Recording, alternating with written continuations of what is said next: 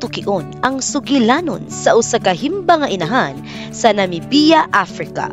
Kini ang sugilanon ni Kazuvakua nga nagauluhan, nagtinguha nga makaila sa Dios.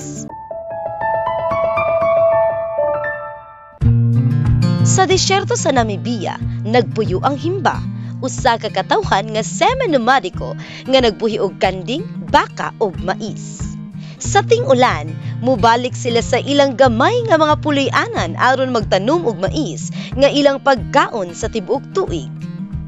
Si Kazuvakua, usa ka 24 anyos nga inahan nga may 3 ka anak, nakaila sa Dios pinaagi sa usa ka ebanghelistikong buhat nga gisugdan sa 13th Sabbath offering niadtong 1993.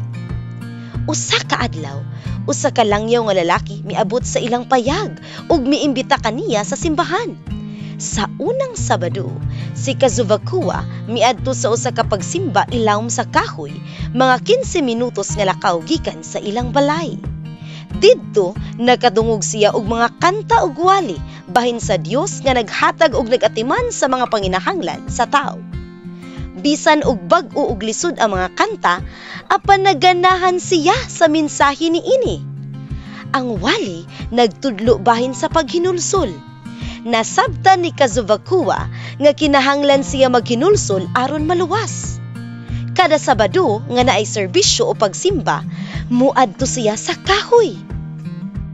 Pagkawala sa pastor, usa ka Bible worker ang nagpadayon sa pagbisita matag 2 ka semana.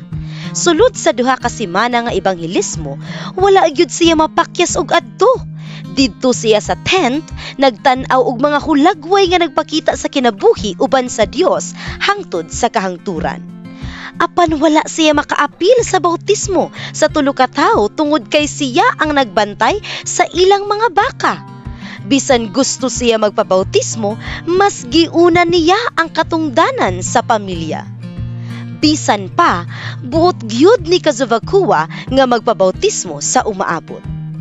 Gihigugman ako ang Dios, isip manluluwas, ug tagahatag sa panginahanglan, matud niya.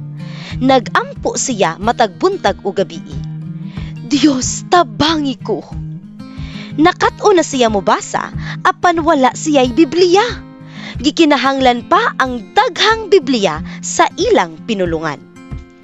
Gusto ko og Biblia, ingon niya. Gusto ko mas makaila pa sa Dios, dugang ni Kazuvakua. Palihog iapil sa inyong mga pag-ampo ang buhat sa simbahan alang sa mga himba sa Namibia. Daghang salamat sa pagplano og madagayaon nga halad karong Setyembre 27.